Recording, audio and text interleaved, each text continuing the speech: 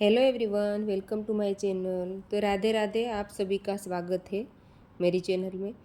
तो आज मैंने एक व्लॉग बनाया है जो हम द्वारका के ट्रिप पर गए थे। तो यहाँ हमने एक बस को बुक करवाया था। तो हम रात को 1 बजे निकले थे। हमारे यहाँ से लगभग 300 किलोमीटर के आसपास होता है द्वारका। तो सोसाइटी की सारी महिलाएं हम गए थे और सब बस में बैठ गए हैं। तो सुबह सुबह लगभग हम रुक रुक के गए थे, तो 7 बजे तक पहुंच गए थे द्वारका मंदिर। द्वारका में पहुंच गए थे। द्वारका मंदिर में तो हम रूम जब रखे तब नहा धो के तैयार होके गए थे। तो यहाँ सब बस में से नीचे उतर कर सब फोटो और वीडियो शूट कर रहे हैं सब लोग। और किसी को थकान भी नहीं हुई, एकदम एंजॉय करते करते भजन कीर्तन पूरी रात चला और पहुंच गए। तो ये द्वारिका का गेट है।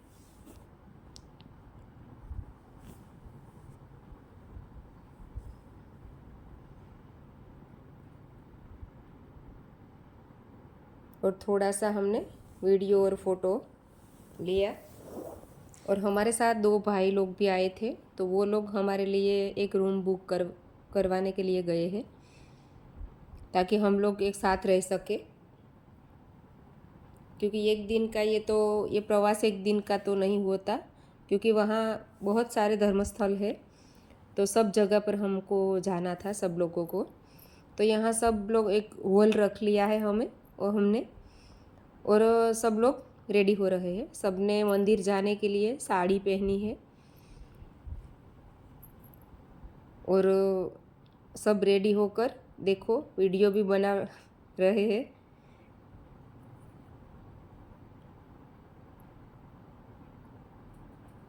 बच्चे भी थे साथ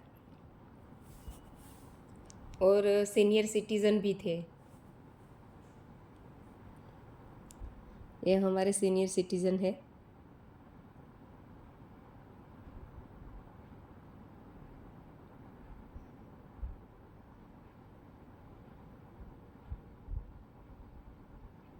तो यहाँ भी सब लोग रेडी होकर बाहर निकले और सब ने फ़ोटो खिंचवाए, वीडियो उतारे।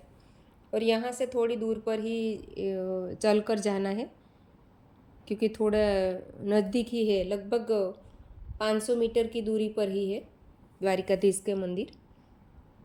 तो भारत के सबसे पवित्र हिंदू मंदिरों में से एक है द्वारका का मंदिर। भगवान कृष्ण को समर्पित किया है द्वारिकाधीश। तो उसकी मान्यता है कि लगभग ये 2000 से 2500 साल पुराना मंदिर है। और कहा जाता है कि भगवान कृष्ण ने द्वारिका नगरी की स्थापना की थी। यह मंदिर हिंदुओं के 4 धाम में से एक धाम है। साथ ही यहाँ सप्तपुरी 7 पवित्र नगरों में भी एक शामिल है ये द्वारिका। तो यह है गोमती घाट। तो मंदिर के सामने ही गोमती घाट है। तो वहाँ भी सब लोग गए और वो पानी का चरणामृत लिया और सब ने फ़ोटो खिंचवाए। भगवान के मंदिर में तो मोबाइल ले जाना मना है, तो वो तो नहीं आया। तो यह सब अब हम हॉल पर पहुंच गए हैं और फिर से हम रेडी होके दूसरी जगह पर जा रहे हैं, क्योंकि 2 दिन में सभी जगह में हमें घूमना है। तो यहाँ द्वारिकाधीश के मंदिर रोज़ मंगल आरती होती है, श्रृंगार आरती होती है, संध्या आरती होती है। और जन्माष्टमी के समय तो बहुत बड़ा उत्सव मनाया जाता है। और मंदिर का ध्वज कई बार बदला जाता है। और ये मंदिर का ध्वज चढ़ाने का विशेष महत्व है और समुद्र किनारे पर है, बहुत ही सुंदर है। और ये तीर्थ यात्रा आध्यात्मिक और शांति के लिए भी बहुत प्रसिद्ध है।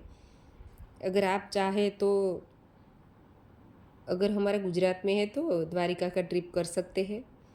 तो अब हम चलते हैं दूसरी जगह पर। तो सब फिर से रेडी होके बस में बैठ गए हैं और सब भजन कीर्तन सब कर रहे हैं। और हमारे सीनियर सिटीज़न हैं वो लोग बहुत अच्छे से बहुत भजन गाया।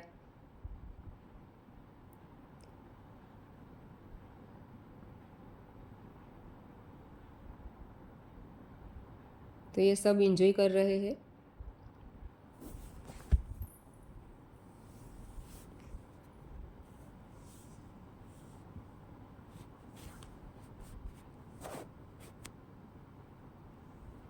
और थोड़ा थोड़ा अलग गीत का भी डांस कर रहे हैं।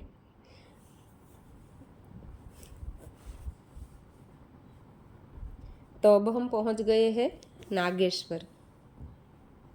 नागेश्वर ज्योतिर्लिंग है, वहाँ भगवान शिव को समर्पित किया है। भगवान शिव की बहुत बड़ी मूर्ति है और ये 12 ज्योतिर्लिंग में से एक माना जाता है।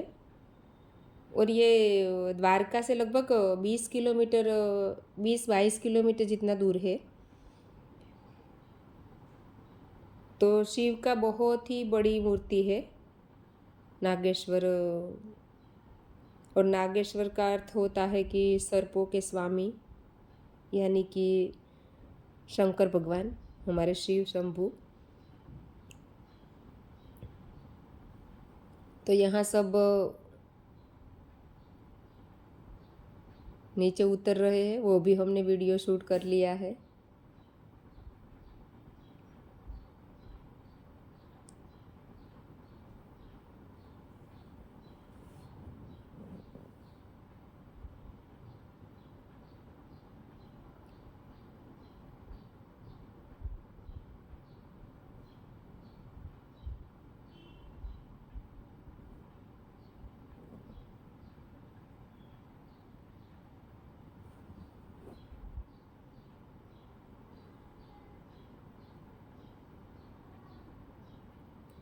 और नागेश्वर ज्योतिर्लिंग को भगवान शिव को एक शक्तिशाली रूप में माना जाता है। यहाँ की मान्यता है कि यहाँ दर्शन करने से सभी प्रकार का भय और नकारात्मक शक्तियों से मुक्ति मिलती है हमें। और पौराणिक कथा भी बहुत बड़ी है, थोड़ी थोड़ी मुझे याद है तो मैं बता रही हूँ। कथा के अनुसार वहाँ एक राक्षस दारूक नाम का राक्षस परेशान करता था लोगों को। तो उसने भगवान शिव की भक्त सुप्रिया को कैद कर लिया। और जब भगवान सुप्रिया ने पुकार की शंकर भगवान को, तब भगवान प्रकट हुए और उसने शंकर भगवान ने दारुक राक्षस का वध किया। और इस स्थान को वहाँ ज्योतिर्लिंग प्रकट हुआ, जिसे आज नागेश्वर ज्योतिर्लिंग कहा जाता है। और मंदिर भी बहुत बड़ा है, परिसर बहुत बड़ा है और उस शिव भगवान की मूर्ति बहुत विशाल है। और एकदम शांत वातावरण है। और यहाँ नाग नागिन का जोड़ा चढ़ाने से वैसे सब लिखा हुआ है।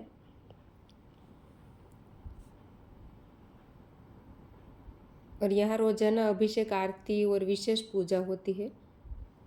रुद्राभिषेक भी करवाते हैं। और महाशिवरात्रि के समय बहुत बड़ा उत्सव होता है नागेश्वर ज्योतिर्लिंग। तो ये मंदिर द्वारका और बेट द्वारका के रास्ते में आता है, बीच में आता है। तो यहाँ अखंड वो धूना कहते हैं, उसकी भस्म सब लोग माथे पर लगा रहे हैं, घर पर ले जा रहे हैं।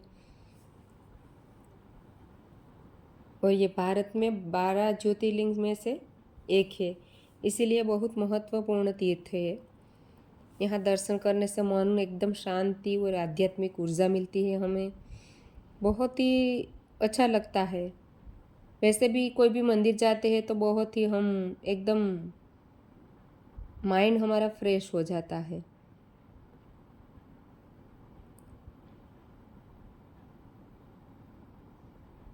तो यहाँ उसी के थोड़े ही नज़दीक एक गोपीनाथ मंदिर है।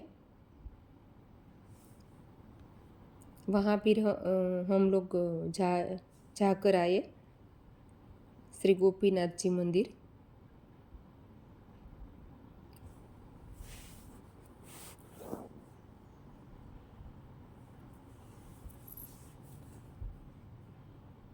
तो यहाँ गायों को चारा खिलाया जाता है।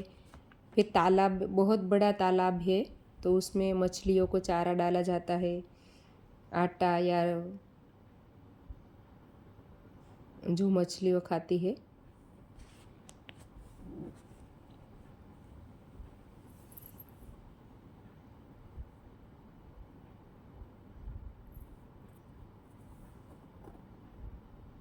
द्वारका की यात्रा में इस मंदिर को भी,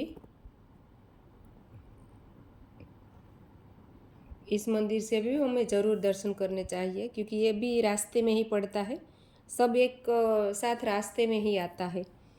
अब हम जा रहे हैं बेट द्वारका।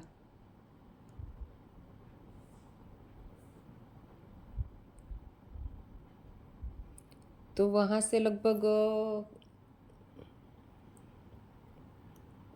बेट द्वारका थोड़ा सा दूर होगा, पता नहीं मुझे। तो यहाँ से अब हम बेट द्वारका के मंदिर जा रहे हैं।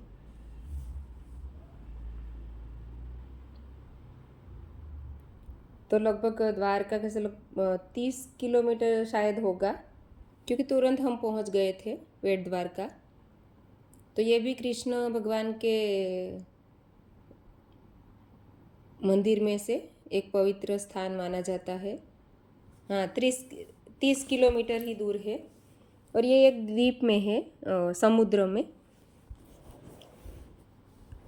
तो कहते हैं कि यहाँ पहले तो समुद्र में हम नाव से जाते थे, लेकिन यहाँ अब बहुत बड़ा ब्रिज बनाया गया है। अब उसी में से सब जाते हैं।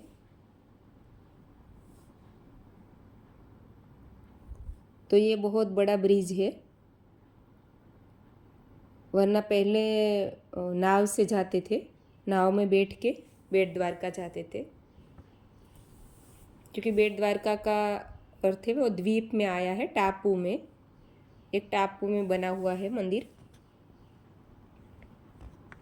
तो यहाँ भी सब लोग नीचे उतर के फ़ोटो शूट किया, और सब ने बहुत इन्जॉय किया।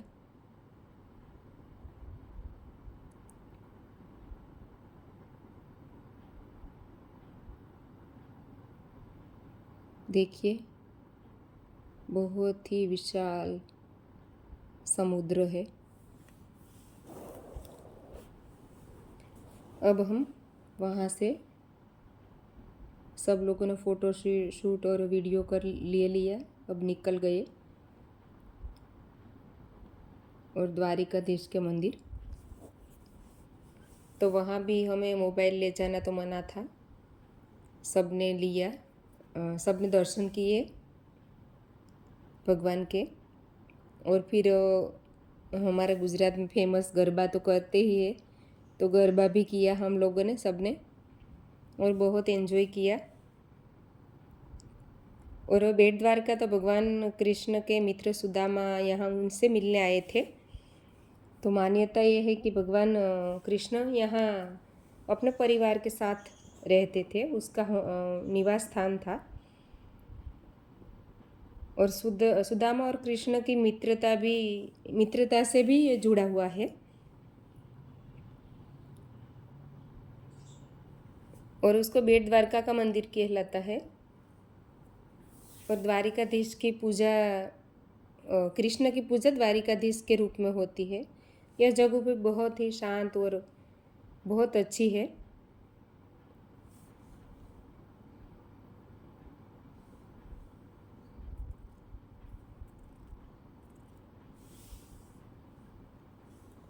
तो अब हम दूसरी जगह पर आ गए हैं।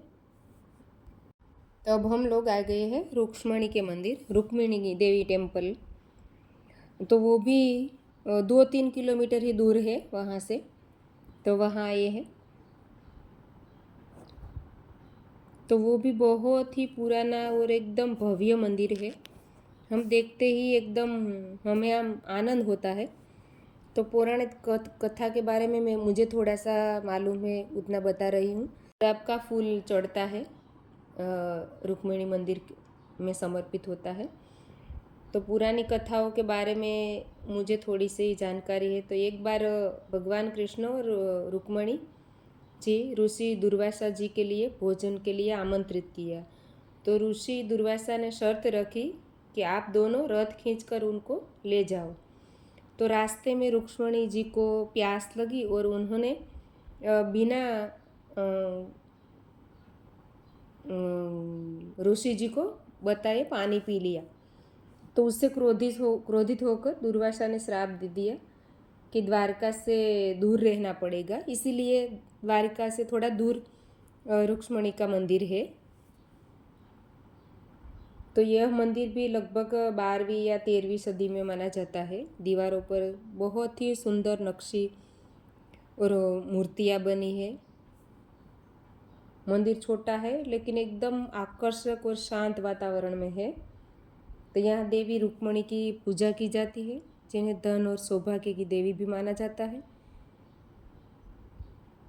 और यहाँ दर्शन करने से वैवाहिक जीवन में सुख और समृद्धि आने की मान्यता है। और यहाँ जो भी भक्त आते हैं वो पानी का दान करते हैं, क्योंकि यहाँ से 20 किलोमीटर दूर कहीं भी पानी नहीं, बस खारा ही पानी है, मीठा पानी नहीं है। तो सब लोग भक्त लोग दान करते हैं मीठा पानी का।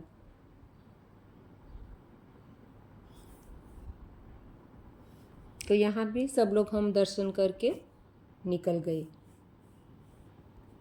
और ये द्वारिका से थोड़ा सा दूर है। त्योहार के दिन बहुत ज़्यादा भीड़ होती है। और यहाँ हमने थोड़े से सब कबूतर पक्षियों के लिए दाने डाले। तो यहाँ का भी वातावरण एकदम शांत और आध्यात्मिक है।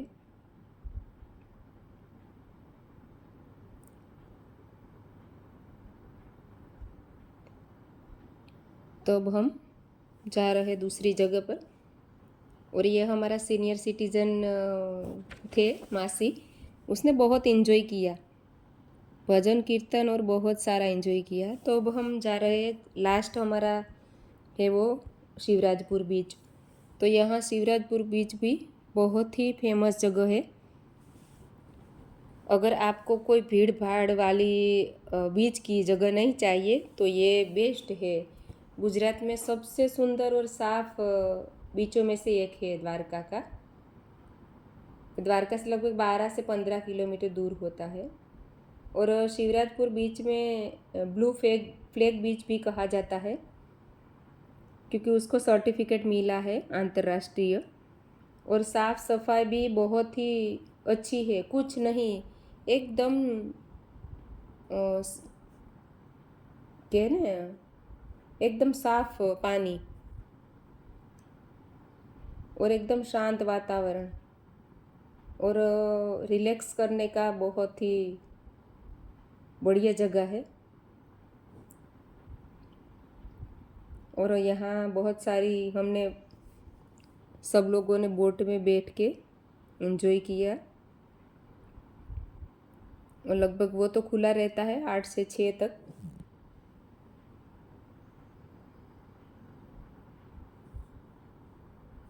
और अगर आपको शांत और एकदम भीड़ भाड़ ना हो ऐसी जगह चाहिए तो ये बीच एकदम बेस्ट है।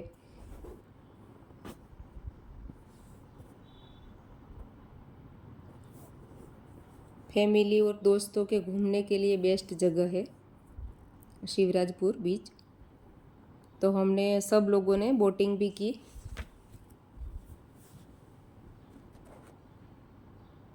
2-3 बोट की, तब हम पूरे हुए सब लोग। क्योंकि ज़्यादा लोग थे।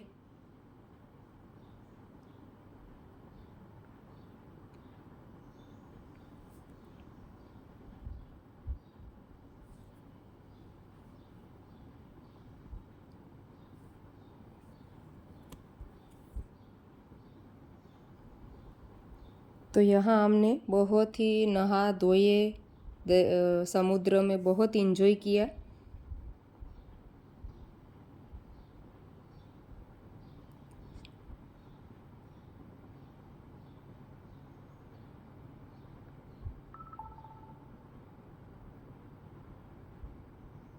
और फिर हम घर के लिए निकल गए।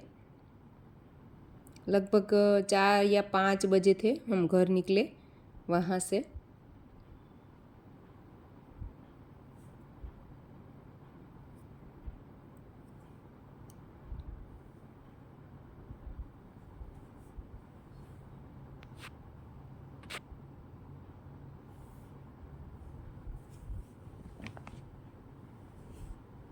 अब हम थक के बैठ गए हैं, बहुत एंजॉय किया। तो यहाँ बीच में आता है हरसिद्धि टेम्पल, हरसिद्धि माता का टेम्पल आता है। तो वहाँ भी हम रुक गए क्योंकि वो थोड़े रास्ते में ही पड़ता है, हरसिद्धि माँ। वो भी छोटा सा मंदिर है लेकिन बहुत ही शांत और आध्यात्मिक जगह है। तो वहाँ भी सबने दर्शन किए। कोई भी मंदिर में मोबाइल ले जाना तो मना है।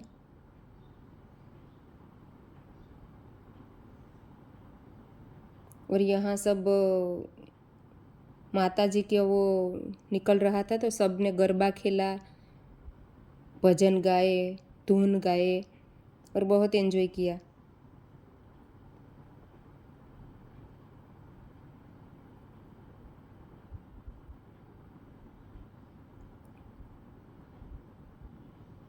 और थोड़ी बहुत हमने शॉपिंग भी की।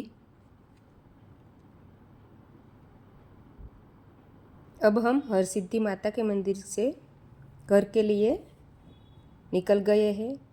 और ये वीडियो मैंने पहली बार लिया है और कोशिश की है कि अच्छा आए, लेकिन बहुत सारी कमियां होगी। तो आपको मेरा वीडियो कैसा लगा कमेंट ज़रूर करें, लाइक करें, शेयर करें, सब्सक्राइब करें। राधे राधे, जय द्वारकाधीश, हर हर महादेव लिखे ज़रूर। मिलते हैं अगले वीडियो के साथ। राधे राधे।